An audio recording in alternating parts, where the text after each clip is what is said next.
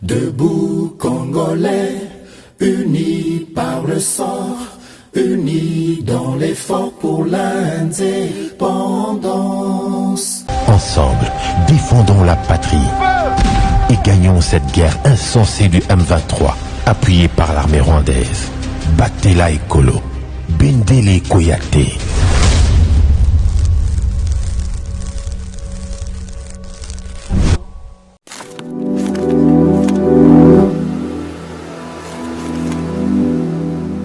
Boza, le bienvenu na GCAM Télévision, fidèles abonnés, chers téléspectateurs. Na pesibino matondo mingi pona boponi GCAM Télévision. Merci na binope lokola pona boponi a émission Debout Congolais na fidélité pe confiance au bozo ko accordé bisopo. To memela bino basango ya maye ile kakana kati ya République démocratique du Congo pe na Ndinga.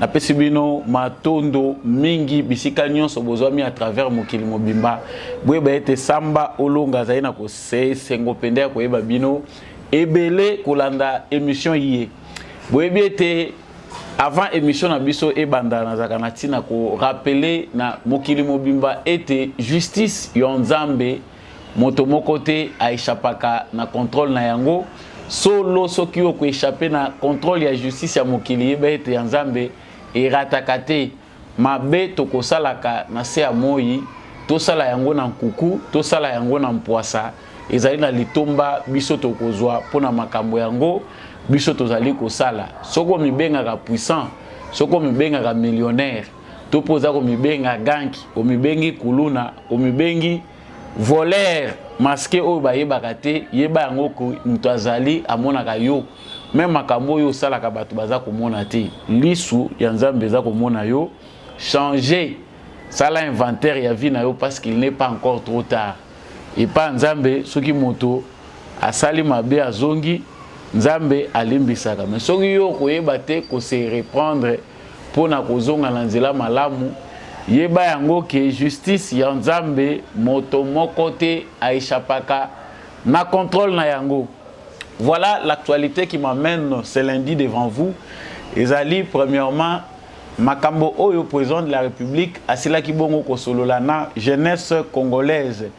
3 jours après rencontre ya président na ba délégué à ba jeune na salle du congrès ya palais du peuple, le président de la République a rencontré encore hier les représentants des délégués provinciaux de la jeunesse congolaise. Asila ki bongo kosola na bango abengi bango na ba ko faire taire ba différences politiques, idéologiques, tribales, ethniques pour privilégier l'unité nationale. Président sola ki na bango makambo ebele mais makambo oyo penda e benga ki atiraki médias internationaux na médias nationaux ezali bongo réponse réservée na Paul Kagame na folie na ye meurtrière. Wanande ekozala penda mutu ya oyo biso tokolobela nakati ya émission oyo. Voilà l'actualité ezali pe clôture ya dialogue de paix oyo ezali kosalema na Kenya na Nairobi.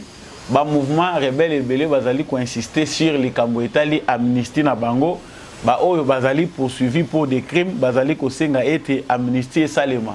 Mais langage wana ezali koloba malolenge moko te na gouvernement de la République conclusion penda ya malamu nanu ezami to toza kozela ba pesa o ezali sen yasuka. Pendant ce temps le M23 continue à nier bazali ko wangana ba massacre oyo ezali ko kwea na mutu na bango bazali ko reconnaître te ba fait o ezali reprocher na bango. Nous allons faire un tour na makambo etali ya Nairobi pona kotalisa nini eza koleka kuna et puis nous parlerons de cette aide. Likambo aide oyo balobeli yango mingi. Aide ya États-Unis na ba déplacer ya Karouchinya ezali vraiment contesté bato belé bazali komona ngo normal te que États-Unis d'Amérique a kende ko apporter assistance ya ba bash na bato oyo bazali ba déplacer na guerre mais ba kokate kozwa ba mesures énergiques face ya agression oyo Congo ezali ko subir face ya République ya Rwanda tout peut face ya Kagame. Nous allons parler de cette actualité. Toujours dans le même ordre d'idée, l'ambassade de la France en République démocratique du Congo a remis 20 postes portatifs Motorola, Oyo, Basoda, Basolola Kanango, 20, Yapamba. Ambassade de France, à Silibongo, Kopé, Sangon, un commissariat provincial. Il y a la police, il y a la République démocratique du Congo. Yango, Batubele, Bazali, Kotali, Sake, Ezali aide Oyote, Bakoki, Komédiatiser, Kotali, Sanamukili, Mobimbake. Bapesi Congo 20 Motorola tozonga en actualité wana nde tokosuki sa na makambo eza koleka na Lubumbashi affrontement entre ba jeunes il y a une AFEC et certains jeunes au bazali ko prétendre être de l'UDPS vraiment est paralysé l'activité pour certains ba lobby ba jeunes wana bazali ko revendiquer ba nomination et salemaki ils ne se sont pas retrouvés pour les autres ezali manipulation.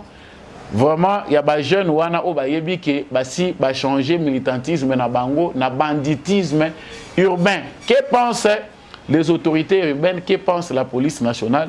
Tozozo na actualité wana pona kosuki sa basamona biso ya mokola lelo encore une fois de plus na pesibino matondo mingi ndenge boponi GCAM télévision pona ko partager na bino basango ya maeleka na kati ya République démocratique du Congo. Soki zambala liboso omona elongi ya ndeko samba olonga ngai onga moko en personne justice mochame sous dans le vrai nom bomoli yango na sei tando na bino. Abonnez-vous à cette chaîne pour devenir désormais membre de la famille Debout Congolais. Bisiko Zali tombola bendele émission et bandi surtout dans le baga plateau oyo ezali pona ba éclairer c'est-à-dire bato yo bandima kozala FARDC na motema ato la tenute yeba yango ke un bon citoyen, c'est aussi un militaire à vie pour son pays. Pour ce qui est India, dans le cadre de la légitime défense, biso nyonso tozali basoda pour na ekolo na biso Congo. Voilà, comme je venais de vous l'annoncer, le président de la République a Silibongo okutana na jeunesse congolaise pour une énième fois, mais cette fois-ci, ezali na ba représentant. Il y a des jeunes dans 26 provinces qui composent la République démocratique du Congo. Tout le monde dit que la province soit habituée comme la province 7. Les jeunes ont tiré à la volée pour représenter la province qui face. Il y a Tata Ekolo, Félix Tshisekedi, Chilombo, président de la République. Bango, Asila qui bongo kosolana bango kotalisa bango banjeu de l'air. Pour fixer, selon Malobanaye, pour la jeunesse, bonne marche et sengeli kozalanango. Et là, il y a le président de la République a insisté mingi makamotoro bagana plateau et Debout Congolais. Mais avant de na analyse, je vous laisse d'abord suivre cette courte vidéo oyo est comme virale parce que yangonde muté commis au centre makambo belé président de la République à Lobaki na moni penza bato ebele kotala yango te mais vidéo oyo président de la République a meki ko yanola na masolo ya Paul Kagame ya mikolo lekaki oyo mekaki ko takine président de la République o mekaki ko loba makambo ya RDC. Suivons cette vidéo et puis revenons. Rwandais avec Paul Kagame à sa tête qui est l'ennemi de la République démocratique du Congo. Les Rwandais et les Rwandaises sont nos frères et sœurs. Et d'ailleurs, ils ont besoin de notre aide parce qu'ils sont muselés. Ils ont besoin de notre aide pour se libérer. Ça n'a rien à voir avec ce que leurs dirigeants sont en train de leur imposer. Donc, ne les regardez pas comme des ennemis, mais comme des frères qui ont besoin de notre solidarité pour nous débarrasser et débarrasser l'Afrique de ce genre de dirigeants rétrogrades qui ramènent les méthodes des années 60 et des années 70. Alors qu'en Afrique, on avait décidé de mettre fin au bruit des armes. Si vous vous rappelez, ceux qui suivent un peu, c'était 2020, il fallait taire les armes en Afrique pour que l'Afrique passe à autre chose, comprenne que elle est la dernière de la classe dans le monde parce que, justement, à cause des guerres et des divisions, nous nous étions entendus comme ça. Malheureusement, ce n'est pas arrivé, on a dû encore prolonger, mais c'est à cause, justement, des dirigeants tels que Paul Kagame. Et il s'enorgueillit d'être un faiseur de guerre, un spécialiste dans la guerre. Il en est fier. Moi, à sa place, je me cacherais, j'aurais honte d'assumer le fait qu'on sème la mort et la désolation. C'est honteux. Et je dirais même diabolique. Nous n'allons pas manger de ce pain-là. Nous, le pain que nous mangeons, c'est celui de l'amour. Voilà. Vous venez là de suivre le président de la République. Ma réponse n'est vraiment précise. Paul Kagame, vraiment le commandant suprême des forces armées, le président de la République, Yemoko. Après ma réponse, Nyonso Congolais, Pessina Kagame, qui n'est pas un modèle pour la démocratie et tout, le président de la République lui-même a vraiment réservé une réponse vraiment à la taille de la provocation de Paul Kagame pour vraiment Mokili Mobimba que nous faisons face à quelqu'un qui n'a plus de cœur, à quelqu'un qui devait avoir honte. Ici, le président de la République, chaque fois qu'il parle, Batobele va condamner. Mais Batobazali Koloba, pourquoi cette réponse du président de la République? Est-ce que Maloba lobby? Mais il y a quand même des Congolais Oyo par rapport il y a parti politique na bango par rapport à Bango Bazali basili bongo vraiment ko accepter pe ko placer ba propos ya mokonzi ya mboka na contexte ezali yango. Paul Kagame pensait mentir, tromper toute l'opinion internationale. Avant Félix Tshisekedi accéder au pouvoir, les langages au niveau international présentaient le Rwanda ou bien le régime de Kagame comme un régime de victimes du génocide. Paul Kagame a accédé au pouvoir dans des conditions comme étant quelqu'un issu d'une minorité victime du génocide Oyo et le Kaki Nakati ya Rwanda. Même si aujourd'hui, le langage est comme changé, le président de la République avait dit que désormais les choses doivent être dites telles qu'elles sont. Il n'est plus question que le Congo puisse garder la langue dans sa poche. Alors, dans la phase où il y a une guerre normalement médiatique, il y a une guerre de langage Oyo Ezali lancée entre la République démocratique du Congo et le Rwanda. C'est-à-dire tout le monde veut se justifier au niveau international. Outre le preuve que brandisse la République démocratique du Congo, tu es batouti basi basala diplomatie na bango bavandisa mukili mobimba pour ne pas dire les touti. Mais le régime de Kagame a fait que le monde entier puisse les adopter comme bateau Oyo, bazali victime, une minorité en voie de disparition, Oyo, massacre, Oyo, génocide des Alaki vers Bango, et la communauté internationale aussi a justifié les complots derrière toute cette aventure que Bazali Koluka pour protéger minorité Wan. Aujourd'hui, les langages commencent à changer petit à petit depuis que Félix Tshisekedi accède au pouvoir. Batobele balobi que mais n'importe à Kabila peut désigner qui Rwanda, mais nous devons le savoir que n'importe à Kabila ba Congolais belé bazala qui sans voix. Ils allaient qui passent yo Congolais, même ba Congolais bazala qui vivent à l'extérieur pour citer les Rwandais dans les médias, certains avaient peur. Mais aujourd'hui, grâce à la gouvernance de Félix Tshisekedi, on voit qu'on est arrivé au point où tout ce qui se passe au Congo est dit tel que ça se passe. Mais awa to moni que Kagame bakei parce que Batobele balobi est un paradoxe. Comment le président de la République Félix Tshisekedi qui avait appelé Kagame son frère et aujourd'hui azali ko s'attaquer na propre frère naïe. Mais ezana bande qu'on a biso bazali ko comprendre te politique ndenge tambolaka. politique ndenge zali ko tambola ezotambola na likambo na contexte nango ezalaki toza ko continuer ko lobango ezalaki naïveté te ya Félix Tshisekedi ko benga Kagame frère. Les Rwandais sont nos frères, ce sont des Africains comme nous autres Africains, même si l'histoire nous réserve beaucoup de choses autres ici faute de temps, mais nous savons que nous partageons les mêmes continents na ba Rwandais. Les Rwandais sont nos voisins directs et bakotikala ko changer te. C'est dans ce contexte-là que Félix Tshisekedi appelait Kagame son frère. Vouloir la démarche pacifique vis-à-vis du Rwanda ne faisait pas de Félix Tshisekedi un collaborateur ou bien complice. Il y a Kagame, Nabakrim, Salaki. C'était la seule voie pour Félix Tshisekedi de montrer à Paul Kagame que nous avons besoin de la paix.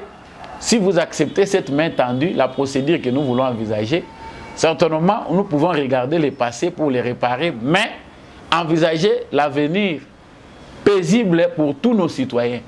Kagame n'a pas vu ça. Kagame pour Naya Monique, moi si Asika, il doit marcher selon la manière dont nous voyons les choses. Mais aujourd'hui, Félix Tshisekedi, après avoir fait sa marche, parce que Batebele Bazakomituna, pourquoi au début là, il n'avait pas ce langage belliqueux vis-à-vis de Kagame. Yo Outika Akoya, Okuti Mboka infiltré jusqu'aux dents. Au Salina, au Bougé, dans le côté. Même tes propres frères congolais sont au service de ces Kagame là. Nembalamoko au voix. Non, Félix Tshisekedi étant un homme prudent, étant un homme sage, il a attendu le bon moment. Le bon moment, c'est que, au reprendre dans le contrôle de la situation, aux assure que Moutouazali place Wana na Yebie, Azali Songolo, Moutouazali place était les Ali Pakala. Si maintenant, je suis en mesure de reprendre le contrôle de mon propre pays, là, je peux hausser les tons.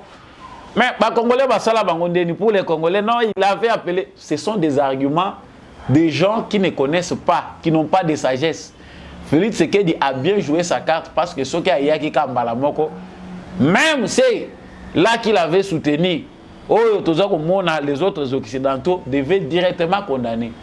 Mais il a bien su mener sa démarche de telle sorte qu'aujourd'hui, s'il faut que quelqu'un soutienne Kagame sur le plan international, au niveau international, s'il faut qu'un pays soutienne Kagame, ils sont obligés de justifier leur démarche. L'Union européenne a zali na kokoso. Mukil Mobimbezali kotali sa bango contradiction. Oyo bango bazali kosala. En même temps, bazali ko condamné ba auteur ya ba crime na Congo. En même temps, ba yebi malamu que l'armée rwandaise est impliquée na ba crime. Nyonso ezali ko sala ma peine insécurité à l'est du Congo. En même temps, bazali ko envisager bazali ko zwa mbongo 20 millions ndenge basala Congo d'habitude pour armer une armée de terroristes. C'est-à-dire aujourd'hui, il n'est plus question qu'il y ait la spécialiste en droit grâce à la politique de Félix Tshisekedi pour comprendre ce qui se passe. Pour Lelo, injuste. Félix Tshisekedi a mené une démarche au Lelo et permettre na Moutounion, même moi Azali, les traiter à comprendre que le monde est injuste. Lelo, Félix Tshisekedi a exposé la communauté internationale dans la démarche.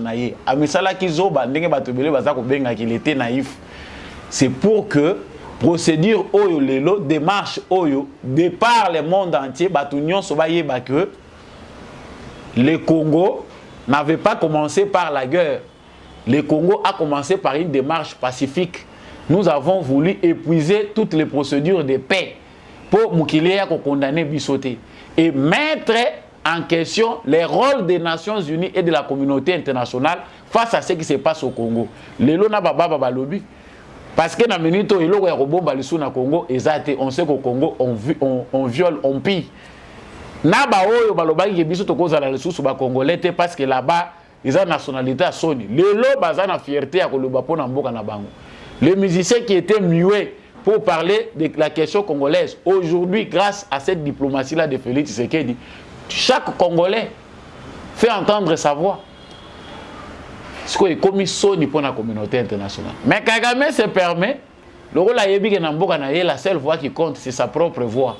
Kuna démocratie zate aye ko tumbola Félix Tshisekedi avandi na yekimia atikata biso ba congolais to répondaka Kagame va provoquer Félix Tshisekedi en disant que toyebi ba conditions circonstances nini azalaki élu, c'est-à-dire les élections au Congo tant il y a lingaki ya mbango ki ba stopper izalaki po ya ko tia candidat na ye. Là c'est quelque chose oyo mutu mokota koki ko tolérer yango. Mutu mokote na mokili ayebi ke Rwanda ezali modèle soit il y a injustice, ezali modèle soit il y a aventure, il y a communauté internationale, mais le Rwanda n'est pas un modèle en termes de démocratie. Mutu mokota koki ko fongola munoko na ye makambo biso toza ko loboyo, ceux qui sont sur YouTube na Rwanda bazana ta ya komeka ko sala ngote, ils n'ont pas le temps parce qu'il n'y a pas liberté d'expression. Yango o nyonso ba congolais balobaki le président de la République a aussi trouvé un bon cadre. Lui s'est adressé au Parlement devant à l'occasion il y a investiture ceux qui a un nouveau membre du cabinet mais le président de la République a choisi le bon angle. C'est-à-dire il s'adresse à la jeunesse congolaise. La démarche du président de la République Félix Tshisekedi est d'abord d'ordre pédagogique, que tous les Congolais consensueux se reconnaissent d'abord dans ces propos-là du président de la République, les jeunes surtout, de savoir que tozali banguna ya Rwandais te. Les Rwandais sont nos frères. Nalobaka makabwana mingi awa bandeko musuba yebisingai. Non, il faut pas les appeler nos frères, bazali bandoki non. Dans l'ensemble, les Rwandais sont muselés, ils sont en otage par les régimes sanguinaires de Paul Kagame. Aujourd'hui, Félix Tshisekedi, président de la République, l'affirme, il le soutient, il donne du poids na ba propos to ba mikolonyo sa to tika kozwa ba Rwandais le roi ba cible, sauf quelques infiltrés parmi nous, parce que le président de la République ne peut pas dire ça mais biso tozo lo bango. Il y a des infiltrés parmi nous, peu importe ndenge Congo ya bibango bazwa nationalité ya ofele soki to yebite bazola ka ngona ba condition nini bazana nous n'attente ya koluka kimia pona mboko bango bazali ko prétendre kozala ba citoyen. Ces gens-là pour na biso tozo mona bango lokwa ba ennemi. Mais les restes des Rwandais bazali en otage. Ba musu ba lobby le président de la République lokola lobby ke biso pe photo libérer bango alinga a sollicité FDLR. Et la question qu'elle a apporté soutien, tout le monde va tout ya ba Rwandais.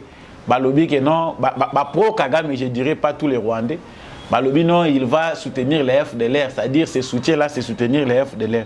Mais bino le rola bozo bang FDLR makashi. Bo fongola dialogue kuna bo sala na ba FDLR. Ceux qui bozo banga que maintenant c'est où na Congo ya solo. Créer un dialogue inter-rwandais au Rwanda comme ça parce que la milice ça ne sera pas seulement les FDLR. Les jours à venir sont sombres pour Paul Kagame. Ce qu'il doit savoir, c'est qu'il verra des choses qu'il n'a pas encore vécues depuis amuser la Rwandais. À l'interne, ça va encore chauffer. Seulement ses propres parrains, Batoyo, Baparinagui, Américains, Bakochaye contre mur pour faire respecter les libertés. Des voix vont se lever à l'interne. Ndenge ya zozo kabauta zo chabango en avance wana po bakende kokufa na Congo na bilanga na ya chapo ba protéger la politique na ye. Mais ça doit cesser. Ça doit cesser.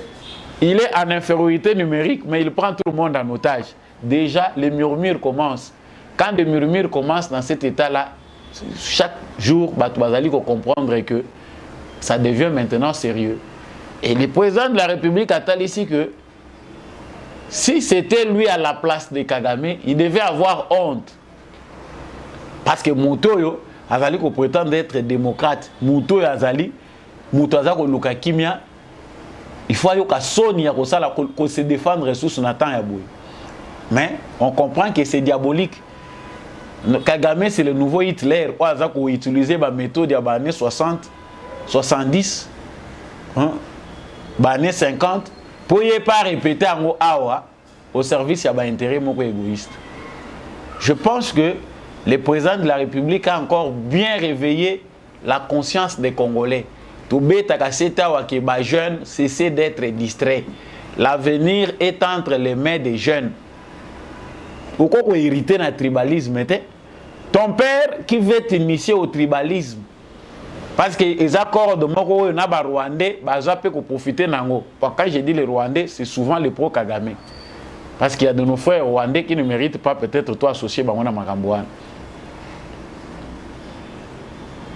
Un vieux papa de 70 ans, de 80, de 50, de 60 ans, tout ce qu'il trouve à retransmettre dans les jeunes, ils ont tribalisme. Les jeunes aujourd'hui, certains jeunes qui n'ont pas eu l'état à bien étudier l'histoire, comprendre les erreurs du passé, oyo ba mikolo basala ki baza ko hériter le na tribalisme. Mais yo tango kota na université oké lobi ke na ke kotanga ba professeur ba pesa ka yo cours bazo wuta na 4 coins ya République démocratique du Congo. C'est il faut banda ko yebisa mwana na yo soka moni professeur ya ekolo yo lingita koti abima na salle comme ça professeur wana pesa ye cours te. Vous avez été formé par des professeurs ya bikolo yo za ko yina. Vous allez vous trouver face à une femme que vous aimez parce qu'il est de l'autre tribu. Papa na yona maman no balobi biso to lingi ekolo wana te. C'est rare chez les jeunes, ils se rebellent balinga ngote. Mais comment yo na ndako na yo zali na mwasi ekolo mususu, mwasi ya tribu yo zali ko mu. Obimi libanda on te manipule, tu acceptes d'entrer dans cette aventure là tribale. Et il y a des gens qui le font, des jeunes qui sont yo olobi ke ngai na lingi bangala te. Je suppose. Mais c'est triste. Vous ne pouvez pas vous laisser entraîner par ça. Ce que yo moni que yo olingi peut-être balubate bakasayente. Ce que moni au téléminare mi to kezo ya ya pasi. Moni chauffeur wana azamuluba ou remarquer qu'azamuluba ko mata mutu kana yete. Ou bien ce que côté na kati ya bus vous trouvez que les receveurs ou bien celui qui les percepteurs o ndenge to lobaka. Receveur ndenge bato bazo benga na français na biso légalisé au kita parce que au kuti bato et ekolo yo za ko sepela na ngote. C'est incompréhensible makambo to lobela ki yango. Le président de la République en a encore martelé. Bas clivage politique, bas clivage tribal, ethnique. Alors que Congo mobimba chaque jour qui passe ils a comme brasser davantage. Ezali na ekolo moko te etikali ezotika la pure awa sans pure biso toza bananyo. Vous trouvez toujours dedans des mariages ya baoba uti koto baoba uti koto. Il y a même des tribus au Congo où ezali résultat il y a brassage. Vous allez au bas Congo vous trouvez des gens donc qui sont à cheval entre les Kasaï et les bas Congo. Vous allez au Kasaï vous trouvez des gens qui sont à cheval entre les Bandundu et les Kasaï. Vous allez au Katanga, vous trouvez la même chose. Vous allez dans l'Équateur, vous trouvez la même chose. Des gens qui sont à cheval. Ba limite oyo ezali kaka ba limite moko ndenge bakati ba province pour les mieux administrer. Mais il y a des gens qui vont se fonder sur ça pour prétendre sauvegarder si ce sont les intérêts. Ba mususu ba yeli biso ba lobi identité katangaise. Vous savez les limites. Il y a Chaba ya kalezala ndenge nini. Chaba o baza ko benga Chaba na kala. Ezalaki na ba limite nango ezalaki ti wapi. Mais c'est jusqu'au Kasaï. Les Kasaïens qui vont, ils font des va-et-vient qui vont là-bas, ils vont dans leur terre. Bazali authentiquement liés à la terre wana, ils sont comme ça. Ceux qui les loyo yo kuti ba frontière le bien muta ko tate, itikali muke o cha passeport lo bake. Ba tumususu ba ya kokota. Voilà sur quoi le président de la République s'est attaqué ce dimanche pour na kolobela makambo to lobaka chaque jour na ba terme na biso mais que les garants de la nation a choisi aussi ces mots pour na ko fixer ba jeunes. Aux jeunes trouvent les bons en héritage. Biloko epola batika la kango mutu héritage te. Division ezalaka héritage te batika la kana mutu. Inconcevable. Mais pendant ce temps, bato bazali kota la Congo na musika ba yebi ke seule corde oyo bango bakoyi ko utiliser pour ba continuer ko diviser ba Congo. C'est les congolais, c'est le tribalisme. Et ça tribalisme bato ba banda kolanda lokola bango ba utaka kuna bango ba utaka koto biso koto mutozo produire. Mais pendant ce temps les Chinois nous envahissent, les Américains sont là, ils nous pillent, les Européens sont là, ils nous pillent, ils ont leurs intérêts. Yo vandi ki chef coutumier na yo ezaya ko pona bilongia bato ba ute kolo mususu ba komi ko zo ba intérêt na bino. Mais un enfant dès naza ko continuer ko lobaka ngwa un enfant ici d'une union entre un papa Mukongo et une maman Luba ou bien un papa Kasayen, une maman Mukongo abotami na ba Congo. Soka linga comme gouverneur yo lobité azande ko na bisote. Mais c'est de la folie. On ne comprend pas ce qu'on fait. On a des députés blancs ici d'union meti toza na ba gouverneur awa Katumbi ye yo awa zoluka nationalité congolaise azo ko bunda nango alobi ngai. Mais quand on va là, selon toutes les informations que nous avons, il n'a pas le sang congolais. Mais parce il dit qu'il est né là-bas, ma mère a été enterrée ici, tout ce qu'il nous dit là, on l'accepte, il est accepté. Tribalisme, le seul mot. Oh, yo jeunesse, il faut combattre. Là, toujours qu'il y a une élection, il y a des gens qui n'ont pas d'argument de campagne, si ce n'est que le tribalisme. Mabele ya biso, lui programme na ye, oh ya komemela batu, oh ya kobongisela nango batu na coin na ye, ezali mabele na biso, toujours défendre yango. C'est ça votre projet de société. Eza mabele yo za ko défendre. Bache yo kuna. Mais vous avez été dirigé par vos propres frères qui ont été gouverneurs, chefs de territoire, chefs coutumiers bazawana. Qu'est-ce qu'ils ont fait de concret? Certainement, on ne construit pas une nation sur des logiques tribales. Si nos pères de l'indépendance avaient fait lever que Congo est une nation forte, mais basui tenté, il y a qu'à construire où est la base de la nation. Mobutu a fait sa part de manière désordonnée en construisant et détruisant ce que lui-même avait construit.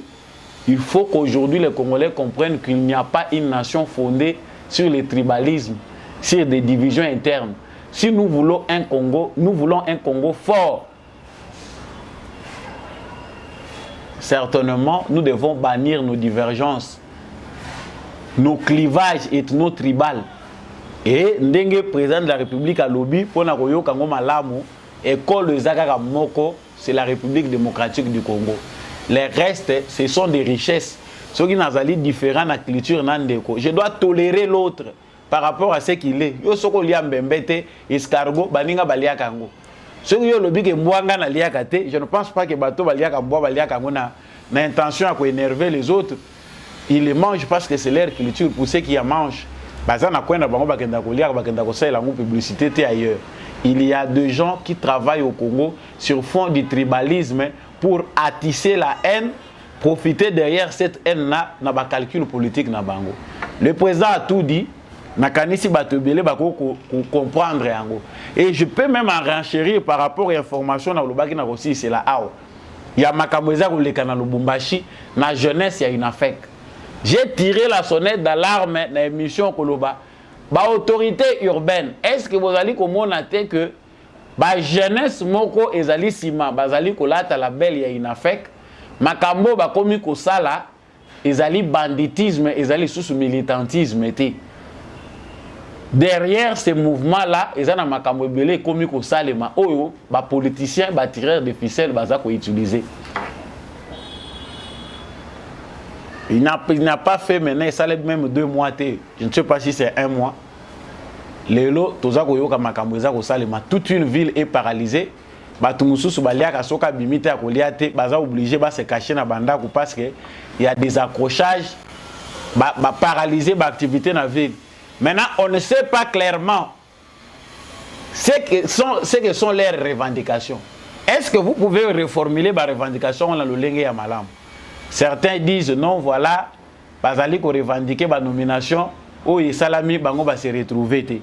Et c'est la même chose même à Kinshasa, il y a certains jeunes, partis politiques, je préfère me taire. Oh, moni mutabini walobi ngana zo se retrouver te, banomé kingandi, moi je ne me retrouve pas. Mais qui vous a dit que dans la politique il y a du travail? Qui vous a dit que parce que vous êtes militant d'un parti politique, automatiquement vous devez occuper un poste politique ou bien les partis doivent vous occuper? Ce qu'on a poussé, kumba poussé na yo, aux militaires qui pombo ke bonga, il y a des gens qui ont milité aujourd'hui, qui sont vieux, qui ne peuvent rien faire, bavani na banda na bango, mais bayebi ke bazaki ba bien faire pour que le Congo et que na voix, il y a état de droit na démocratie. Cela ne veut pas dire automatiquement que le Congo la ngai na bondi ou bien je suis militant quelque part. Il faut qu'à ba pesa nga musala na contexte à parti politique wana.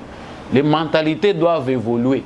Mais bande kona biso chaque fois que baza otomboka boye depuis c'est fort pour massacrer Batou au juste qu'est-ce qui doit être fait? Devons-nous avoir des lois? Il y a que toi qui balingi ba nommer mutu identité nango il faut ba afficher na place publique. Ba kende ko cha identité ne balobi to uti ko nommer kingandi bazui CV na ye batiango na place soki de la gare na Lubumbashi batiango soki na place soki nini bazui batie po bato bayebaka ceux qui sont nommés bazali bandeko na biso. Mais là on ne comprend pas finalement ce que les gens veulent. Yango musala ya service ya renseignement musala ya police ils ont quand même ya anticiper l'événement. Quand vous êtes dans un endroit des jeunes gens se réunissent ba comportement na bango est commis déviant. Cela ne va pas prendre un mois sans que les autorités ne réagissent. Il y a des arrestations en prévention. Mais chez nous, notre police n'a pas encore compris qu'il faut certains événements pour anticiper. Il faut que place union soit présence à l'État et se faire sentir. Mais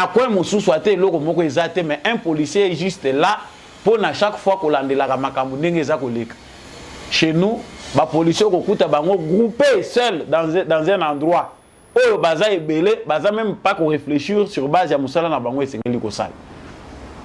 Vivement la professionnalisation de notre police.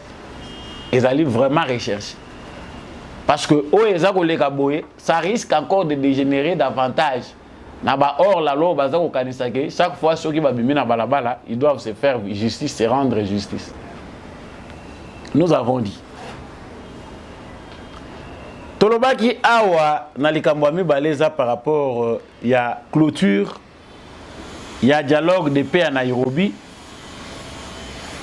Bateau bazali ko solo la kuna les 223 délégués, il y a un mouvement rebelle, société civile et autres. Basili bongo kokoma na suka parce que troisième phase yango ekomi na suka. Et loko yo ba mouvement rebelle bazali ko luka mingi, ezali amnistie na bango.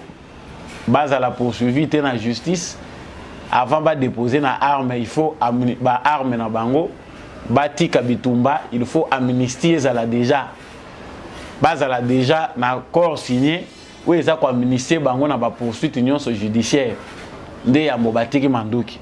C'est quelque chose dont le gouvernement n'est pas peut-être encore prêt à faire parce que avant tout c'est déposer les armes ba garantie ils allaient assurer ba médiateur bazali wana ba témoin bazali pour que balande la procédure na bango.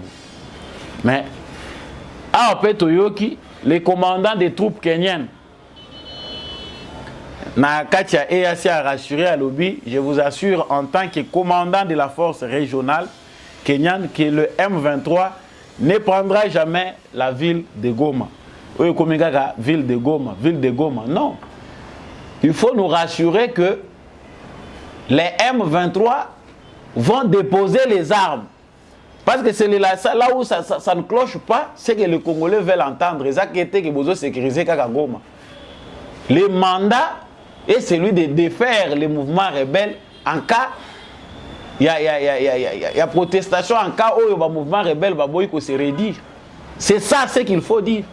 Le mandat n'a pas été donné à la force régionale pour sécuriser Goma ou bien la biso na place armée congolaise. C'est cette rhétorique-là qui énerve les Congolais qui n'ont pas voulu de la force régionale. Non, tout ça s'assurer na ba disposition nyon so ezwami que Goma et ko tomber menace déjà éloigné, il est impossible que Goma ezwama. Non. C'est de là que doit travailler vraiment notre armée de manière à ce que l'armée nabiso asa la paix musala na ye. Force régionale aya kocha bisoté ko éterniser bisoté na tourbillon balobakanini na cercle vicieux ya ko bandaka na ba discours tulobaki bazongité nous appelons cessez le feu nous appelons au retrait nous appelons. Ces retraits-là, nous les avons suivis pendant beaucoup de temps. Il faut pour voir de très près ce qui doit être fait. Jusque-là, on attend que la force régionale commence son travail. Opération conjointe, ils allaient déjà. Tout ça, comme on a descendre les eaux sur terrain. Force régionale, armée congolaise. Et c'est bien que notre armée est aux côtés de Bango. Boti Kabango ne fiche qu'un seul centimètre qui est na zone wana bazaka bango moko. Là, nous risquons de tomber dans les mêmes erreurs du passé où le MONUSCO a commis un état dans un état. des pistes d'atterrissage à MONUSCO, ceux qui bayaka na ba drogue, ceux qui peuvent bayaka na minduki. On ne sait plus contrôler ce qu'il faut sur notre propre territoire.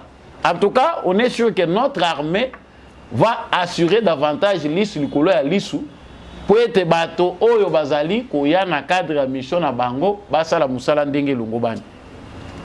Donc pour ce qui concerne le mouvement rebelle, ndenge bazali ko clôturer lelo, si le mouvement rebelle basalité o babengaka réédition selon les recommandations de Nairobi na Luanda, il faut ko banda ko pilonner bango na ba position na bango, ko attaquer bango de force.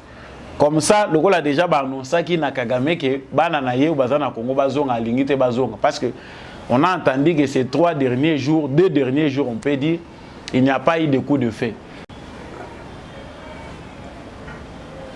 Nous avons dit. Et pendant ce temps, notre partenaire très privilégié, les Cambo na kana ko lobelango na moni ndeko moko ayeko kotinde la ngai contestation batu bazali na Kanyaruchinya bamoni bayeko aider bango na babash.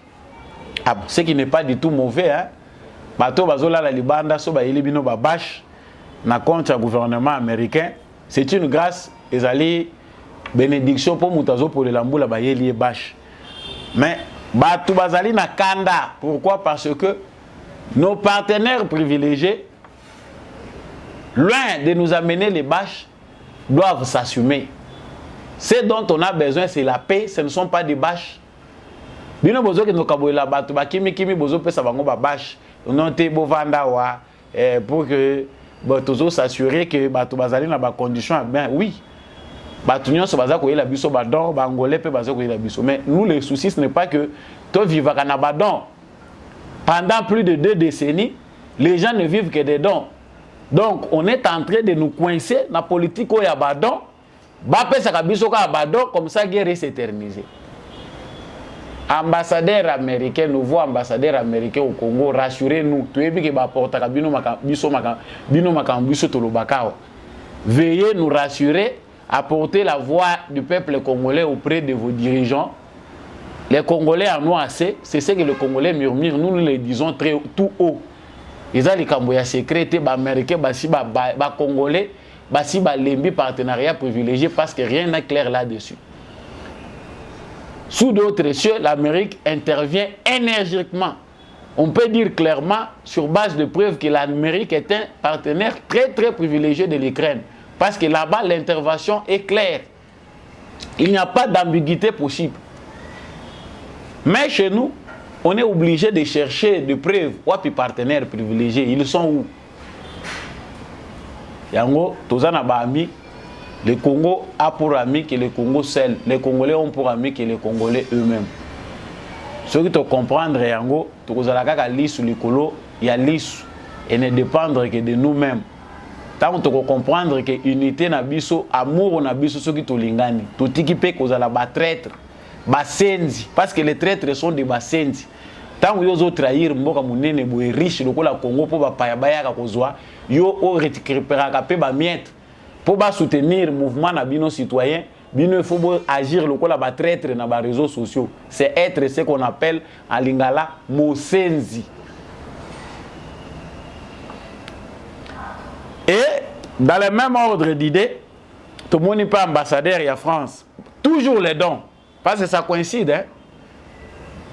Donc, au biso toza nango besoin, au France a koko sala, na mandori na biso eza bloqué na France, na to moni clarté. Au France a koko sala na Nations Unies, na niveau à Conseil de sécurité pour lever embargo. La France là-bas est en train de nous enfoncer davantage parce qu'elle ne trouve pas d'intérêt dans la gouvernance de Tshisekedi. Elle est alliée aujourd'hui à un pays anglophone. Au PSI secrétariat général. Mais la France nous donne des Motorola 20 via l'ambassadeur en République démocratique du Congo. Comme vous pouvez voir dans les images, la France 20 Motorola, oyo ba policier ba communiquer kanango. C'est que yoki ke ba autorité congolaise bazana à mesure te ya kosomba en tout cas botala ba Motorola wana bien quand de bozotala ngo wana. Ezala na ba publicité, ezala ke police na biso urbaine eza exposé Les sources n'a contrôlé la communication 20 Motorola offerts par la France. Mais c'est ridicule. C'est jouer avec nous.